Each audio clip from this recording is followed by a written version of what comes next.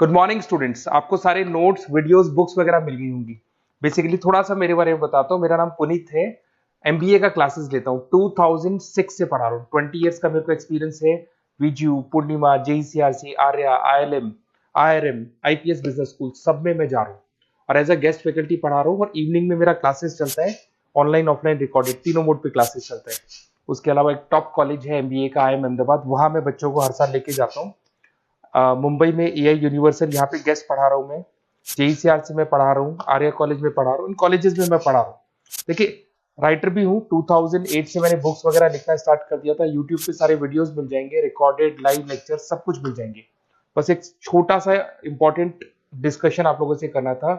MBA आप कहीं से भी करें, थोड़ा सा मेरे से आप डिस्कस करके अगर आप एमबीए ज्वाइन करते हैं तो आप थोड़ा सेफर मोड में रहेंगे। उसका रीजन बताता हूँ क्यों। क्योंकि मेरे को जो एक्सपीरियंस है ना 20 इयर्स का, एमबीए में प्लेसमेंट होगा कि नहीं होगा, कॉलेजेस कैसे पढ़ाते हैं, क्या उनका प्लेसमेंट स्ट्रक्चर है, क्या इंटरनल एक्सटर्नल इन्फॉर्मेशन है, मेन चीज अंदर क्या चल रहा है उनके। क्योंकि मैं तो रेगुलर कॉलेजेस में जा रहा हूँ तो मेरे को पता है कौन से कॉलेज में क्या चल रहा है। तो आप मेरे से थोड़ा सा एडवाइस लेके अगर आप एडमिशन लेते हैं तो थोड़ा सा सेफर जोन में रहेंगे। बाकी आपके डिस्टेंस के ऑनलाइन के एडमिशन, मणिपाल हो गया, एमएटी हो गया, ज्ञान विहार हो गया, तो यहाँ भी आपको अवेलेबल हो जाएंगे। तो आप अगर एडमिशन लेते हैं तो प्लीज मेरे से कंसल्ट करना। हो सकता है कि मैं आपको एक बेस्ट कॉलेज बता पाऊं और एक सेफर जोन में लेके जा पाऊं। क्योंकि एडमिशन लेने के बाद बच्चों को लगता है कि यार गलत जगह चले गए। Okay, best of luck. मेरा नंबर आपके पास है। साथ के साथ अगर आपको कोई और क्वेरी चाहिए तो मेरे को व्हाट्सअप करें या कॉल कर सकते हैं। Okay, best of luck. आज की चर्चा में आपका स्वागत है। आज हम बिजनेस की दुनिया के एक बहुत ही दिलचस्प सवाल पर बात करेंगे। मान लीजिए आपके पास एक जबरदस्त बिल्कुल नया प्रोडक्ट है। ओके। अब आप दुनिया के सामने उसे कैसे पेश करते हैं? क्या आप उसे एक बेशकीमती हीरे की तरह ऊंची कीमत पर लॉन्च करते हैं? कुछ चुनिंदा लोगों के लिए। हाँ, या फिर उसे एक तूफान की तरह कम कीमत पर पूरे बाजार में फैला देती हैं? ये सिर्फ कीमत तय करने का सवाल नहीं है, ये एक तरह से एक फिलोसॉफिकल सवाल है। अच्छा। आप मुनाफा पहले कमाना चाहते हैं या बाजार पर कब्जा पहले करना चाहते हैं? आपकी पहली चाल मतलब आपके प्रोडक्ट की पूरी कहानी तय कर सकती है। बिल्कुल। और इसी पहेली को समझने के लिए हमारे पास जो स्रोत हैं, उनका शीर्षक है नए उत्पाद मूल्य निर्धारण की रणनीतिक नींव। तो हमारा मिशन है इन दो बिल्कुल अलग रास्तों को समझना जिन्हें कंपनियां अपनाती हैं। एक है स्किमिंग प्राइसिंग और दूसरा है पेनिट्रेशन प्राइसिंग। तो चलिए इसकी परतें हटाकर देखते हैं कि कंपनियां ये फैसले कैसे लेती हैं और इनके पीछे का कह सकते हैं खेल क्या है। और ये फैसले हवा में नहीं लिए जाते। जब कोई नया प्रोडक्ट आता है तो कोई पुराना डेटा नहीं होता, कोई इतिहास नहीं होता। सही बात है। आप अंधेरे में तीर चला रहे होते हैं और आपकी पहली कीमत या तो निशाने पर लग सकती है या आपको खेल से ही बाहर कर सकती है। चलिए, तो पहली स्ट्रैटेजी पर आते हैं, स्किमिंग प्राइसिंग। इसका नाम ही बड़ा मजेदार है, मलाई उतारना। हाँ हाँ। यानी आप बाजार के सबसे ऊपरी, सबसे प्रीमियम हिस्से को टारगेट कर रही हैं। बिल्कुल। कंपनी जानबूझकर कीमत इतनी ऊंची रखती है कि बस वही लोग उसे खरीद सकें जो किसी भी कीमत पर नई चीज को सबसे पहले पाना चाहते हैं। एकदम सही। ये वो लोग हैं जिन्हें हम अर्ली एडॉप्टर्स कहते हैं। हाँ। ये वो दीवाने हैं जो नए आईफोन के लिए रात भर लाइन में लगते हैं। उनके लिए कीमत से ज्यादा जरूरी है सबसे पहले उस टेक्नोलॉजी का अनुभव करना। स्किमिंग स्ट्रैटेजी इन्हीं ग्राहकों पर दाव लगाती है। कंपनी जानती है कि ये लोग प्रीमियम कीमत चुकाने को तैयार हैं, तो क्यों ना उस मौके का फायदा उठाया जाए। हाँ, और ये अर्ली एडॉप्टर सिर्फ ग्राहक नहीं होते, वो एक तरह से आपके मुफ्त के मार्केटिंग एजेंट भी बन जाते हैं। सही कहा। वही तो है जो सोशल मीडिया पर उस नए गैजेट की अनबॉक्सिंग करेंगे, उसके बारे में लिखेंगे और एक माहौल बनाएंगे, है ना? बिल्कुल, वो बज़ क्रिएट करते हैं। हाँ। तो ऊंची कीमत एक तरह से उस शुरुआती बज़ को भी खरीदती है। अच्छा। और ऊंची कीमत एक सिग्नल भी देती है। ये कहती है ये कोई आम प्रोडक्ट नहीं है, ये प्रीमियम है, ये लग्जरी है। लेकिन ये स्ट्रैटेजी हर जगह काम नहीं करती। इसके लिए कुछ खास हालात होने जरूरी हैं। जैसे कि? एक तो ये कि आपका प्रोडक्ट सच में अनोखा और नया हो। दूसरा, बाजार में कोई सीधा प्रतियोगी न हो। और तीसरा, जिसे हम कहते हैं बेलोच मांग हो। बेलोच मांग, ये सुनने में थोड़ा टेक्निकल लगता है, इसे आसान भाषा में कैसे समझेंगे? सोचिए, अगर किसी को डायबिटीज है तो इंसुलिन की कीमत थोड़ी बढ़ जाने पर भी वो उसे खरीदना बंद नहीं करेंगे। अच्छा, हाँ। जरूरत कीमत से ज्यादा बड़ी है, एक क्रांतिकारी प्रोडक्ट के लिए भी उसे पाने की इच्छा एक खास समूह के लिए ऊंची कीमत से ज्यादा मायने रखती है। मतलब जैसे पहला प्लेस्टेशन लॉन्च हुआ था। बिल्कुल। या जब टेस्ला ने अपनी पहली रोडस्टर निकाली थी, तो जो लोग उसे चाहते थे वो कीमत के बारे में बहुत ज्यादा नहीं सोच रहे थे। अच्छा, तो ये सिर्फ प्रॉफिट के बारे में नहीं है, ये एक तरह का मनोवैज्ञानिक खेल भी है। हाँ, आप कीमत से ही लोगों के दिमाग में प्रोडक्ट की एक इमेज बना रही हैं कि ये चीज खास है। बिल्कुल। लेकिन स्रोत ये भी कहते हैं कि इसका एक बहुत ही व्यावहारिक कारण है, R&D की लागत वसूलना। हाँ, ये तो है। कंपनियां कहती हैं कि उन्होंने रिसर्च पर अरबों खर्च किए हैं, इसलिए ऊंची कीमत जायज है। ये एक बड़ा कारण है। एक नया प्रोसेसर बनाने में, एक नई दवा विकसित करने में बेहिसाब पैसा लगता है। स्किमिंग प्राइसिंग उस शुरुआती निवेश को तेजी से वापस लाने का एक तरीका है। आप उन ग्राहकों से सबसे ज्यादा वसूलते हैं जो सबसे ज्यादा देने को तैयार हैं। एकदम। लेकिन क्या ये हमेशा बुरी बात है? मेरा मतलब है, अगर आप एप्पल हैं तो आप जानते हैं कि सैमसंग या कोई और आपको कॉपी करने की कोशिश करेगा। हाँ, वो तो तय है। तो क्या ये ऊंची कीमत उस शुरुआती दौर में इतना पैसा कमाने का एक तरीका है कि जब तक कंपटीशन आए आप पहले ही गेम से बहुत आगे निकल चुकी हो? आपने बिल्कुल सही नस पकड़ी है। ये एक सामरिक बढ़त बनाने का खेल है। लेकिन इसका एक दूसरा पहलू भी है। जो ऊंचा प्रॉफिट आप कमा रहे हैं वो बाजार में खून की गंध की तरह होता है। ये तुरंत प्रतियोगियों को आपकी तरफ खींच लाता है।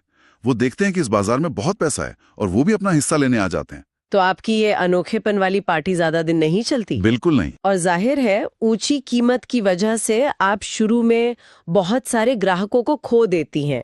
आपका बाजार बहुत छोटा होता है। हाँ, वो सीमित हो जाता है। तो संक्षेप में स्कीमिंग एक ऊंचे दांव वाला लेकिन जल्दी फायदा देने वाला खेल है। आप मलाई उतारती हैं, अपनी लागत निकालती हैं और फिर जब प्रतियोगी आने लगते हैं तो धीरे धीरे कीमत कम करके बाजार के दूसरे हिस्सों तक पहुंचती हैं। बिल्कुल। ये अल्पकालिक लाभ और एक प्रीमियम ब्रांड बनाने की रणनीति है, इस समझ के साथ कि मुकाबला तो होना ही है। तो स्कीमिंग एक तरह से अमीरों का खेल है। ऊंचा मार्जिन, कम वॉल्यूम कह सकते हैं। लेकिन क्या हो अगर आपका प्रोडक्ट ही ऐसा हो जो आम जनता के लिए बना हो? अगर आप लाखों करोड़ों लोगों तक पहुंचना चाहती हो, हाँ, तब तो ये काम नहीं करेगा। तब तो ये ऊंची कीमत वाली स्ट्रैटेजी बिल्कुल काम नहीं करेगी। यहीं पर दूसरी और बिल्कुल उल्टी सोच वाली स्ट्रैटेजी आती है, पेनिट्रेशन प्राइसिंग। हाँ, ये बिल्कुल 180 डिग्री का घुमाव है। यहाँ आप बाजार में चुपके से नहीं घुसते, बल्कि दरवाजा तोड़कर अंदर आते हैं। पेनिट्रेशन प्राइसिंग का मतलब है जानबूझकर लॉन्च के समय कीमत को बहुत कम रखना। बहुत कम। हाँ, यहाँ लक्ष्य प्रॉफिट कमाना नहीं बल्कि बाजार पर कब्जा करना है। आप चाहते हैं कि ज्यादा से ज्यादा लोग आपके प्रोडक्ट को आजमाएं और वो भी जल्दी से जल्दी। ये तो बहुत आक्रामक लगता है, जैसे कि कोई नई टेलीकॉम कंपनी आती है और पहले कुछ महीने सब कुछ मुफ्त दे देती है। सही। या जैसे Xiaomi ने भारत में अपने पहले फोन लॉन्च किए थे, बेहतरीन फीचर्स लेकिन कीमत इतनी कम कि यकीन करना मुश्किल था। एकदम सही उदाहरण है। ये रणनीति तब काम करती है जब बाजार कीमत को लेकर बहुत संवेदनशील हो। यानी ग्राहक कीमत में छोटे से बदलाव पर भी तुरंत प्रतिक्रिया देते हैं। साथ ही जब बाजार में पहले से ही कई बड़े खिलाड़ी मौजूद हों तो आपको अपनी जगह बनाने के लिए कुछ धमाका करना पड़ता है। और कम कीमत वो धमाका है। हाँ। श्रोता एक और दिलचस्प बात बताते हैं। ये तब सबसे अच्छा काम करता है जब आप बड़े पैमाने पर उत्पादन करके अपनी लागत कम कर सकते हैं। Economies of scale. बिल्कुल। इसे ऐसे समझिए, अगर आप एक टी शर्ट प्रिंट करवाते हैं तो शायद 200 रुपए लगेंगे। हाँ। लेकिन अगर आप 1 लाख टी शर्ट प्रिंट करवाएंगे तो हर टी शर्ट की लागत शायद 50 रुपए ही रह जाएगी। अच्छा। पेनिट्रेशन स्ट्रैटेजी इसी पर दांव लगाती है। कंपनी मानकर चलती है कि कम कीमत की वजह से उनकी बिक्री इतनी ज्यादा होगी कि प्रति यूनिट लागत बहुत कम हो जाएगी और कम मार्जिन के बावजूद वो कुल मिलाकर अच्छा मुनाफा कमा लेंगे। ये तो सुनने में ही डरावना लगता है। मतलब आप हर पीस बेचने पर शायद कुछ पैसे गंवा रही हैं इस उम्मीद में कि आप एक दिन में लाखों पीस बेच लेंगी। हाँ। किसी कंपनी के CFO की तो रात की नींद उड़ जाती होगी ये फैसला लेते हुए। ये एक बहुत ऊंचे दांव वाला जुआ है। अगर आपकी बिक्री उतनी नहीं हुई जितनी आपने सोची थी तो आपको भारी नुकसान हो सकता है। ओह, लेकिन इसके फायदे दुबले ही बड़े हैं।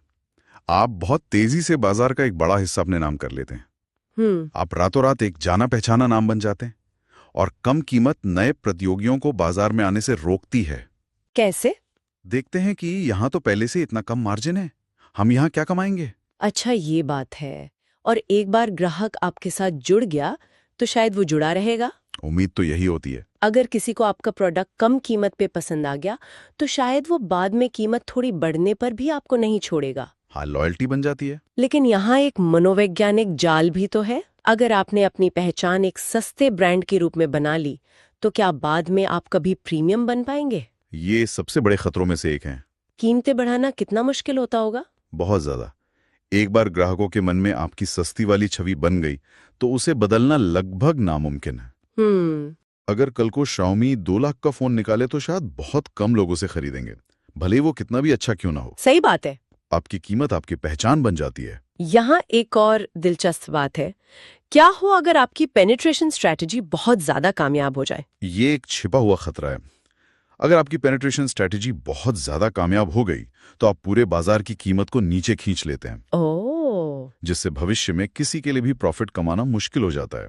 आपने लड़ाई तो जीत ली पर जंग का मैदान ही बर्बाद कर दिया। इसका कोई उदाहरण? टेलीकॉम सेक्टर में हमने ऐसा होते देखा है। कीमतें इतनी नीचे आ गईं कि अब सभी कंपनियों के लिए मुनाफा कमाना एक चुनौती बन गया है। वाह! तो दोनों ही रणनीतियों के अपने अपने गहरे फायदे और उतने ही गहरे जोखिम हैं। बिल्कुल। तो अगर हम सब कुछ एक साथ रखकर देखें तो कोई कंपनी ये चुनाव कैसे करती है? ये स्कीमिंग बनाम पेनिट्रेशन की लड़ाई में कौन जीतता है? इसका कोई एक जवाब नहीं है। ये पूरी तरह से आपकी स्थिति पर निर्भर करता है। स्रोत इसे एक तरह की चेकलिस्ट के तौर पर पेश करते हैं। ओके। पहला सवाल, आपका प्रोडक्ट क्या है? क्या वो सच में क्रांतिकारी है जैसा पहला आईफोन था? अगर हाँ तो स्किमिंग के बारे में सोचिए। और अगर नहीं है तो? या क्या वो एक बेहतर लेकिन मिलता जुलता प्रोडक्ट है, जैसे कोई नया सोडा या शैम्पू? तो फिर पेनिट्रेशन आपका रास्ता हो सकता है। दूसरा सवाल शायद ये होगा कि आपका बाजार कैसा है। एकदम। क्या आपके ग्राहक नई तकनीक के दीवाने हैं और पैसा खर्च करने को तैयार हैं, जैसे गेमिंग कंसोल का बाजार, या फिर वो हर रुपए का हिसाब रखते हैं, जैसे रोजमर्रा के सामान का बाजार? बिल्कुल। और तीसरा और सबसे अहम सवाल, आपका लक्ष्य क्या है? लक्ष्य?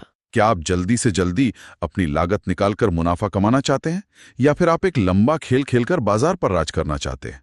अच्छा। स्किमिंग एक स्प्रिंट है, 100 मीटर की दौड़। पेनिट्रेशन एक मैराथन है। आपको पहले से तय करना होगा कि आप कौन सी दौड़ दौड़ने जा रहे हैं। ये चर्चा इस बात को बिल्कुल साफ कर देती है कि लॉन्च के समय एक नए प्लेस्टेशन की कीमत इतनी ज्यादा क्यों होती है, जबकि नेटफ्लिक्स जब भारत में आया था तो उसके प्लान अविश्वसनीय रूप से सस्ते क्यों थे। ये सब रणनीति का खेल है। हाँ। सोनी जानता है कि शुरुआती गेमर्स उस नई तकनीक के लिए प्रीमियम चुकाएंगे। ये क्लासिक स्किमिंग है। और नेटफ्लिक्स जानता था कि भारत में पहले से ही हॉटस्टार और दूसरे खिलाड़ी मौजूद हैं। बाजार पर कब्जा करने का एकमात्र तरीका एक ऐसी कीमत पेश करना था जो लोगों को उसे आजमाने के लिए मजबूर कर दे। ये शुद्ध पेनिट्रेशन है। और ये हमें एक आम उपभोक्ता के तौर पर भी सोचने पर मजबूर करता है। सही बात है। अगली बार जब हम कोई नया प्रोडक्ट देखें तो हम उसकी कीमत के पीछे की कहानी सोच सकते हैं। बिल्कुल सही बात है। क्या ये कीमत शुरुआती उत्साही लोगों से मलाई उतारने के लिए रखी गई है या ये बाजार में पैठ बनाने और हर घर का हिस्सा बनने के लिए रखी गई है? ये सोचने के लिए एक बेहतरीन विचार है। बिल्कुल। ये एक और सवाल भी खड़ा करता है जो सीधे तौर पर हमारे स्रोतों में नहीं है लेकिन सोचने लायक है। क्या? इन शुरुआती चरणों के बाद क्या होता है? एक बार जब कोई ब्रांड अपनी शुरुआती रणनीति से स्थापित हो जाता है तो क्या वो कभी अपनी पहचान बदल सकता है? बहुत अच्छा सवाल है। क्या Xiaomi जैसा पेनिट्रेशन ब्रांड कभी एप्पल जैसा स्किमिंग लग्जरी ब्रांड बन सकता है? मुश्किल लगता है। या इसके विपरीत, क्या कोई लग्जरी ब्रांड कभी आम जनता का ब्रांड बन सकता है? ये सोचने वाली बात है कि ब्रांड की ये शुरुआती पहचान कितनी स्थायी होती है।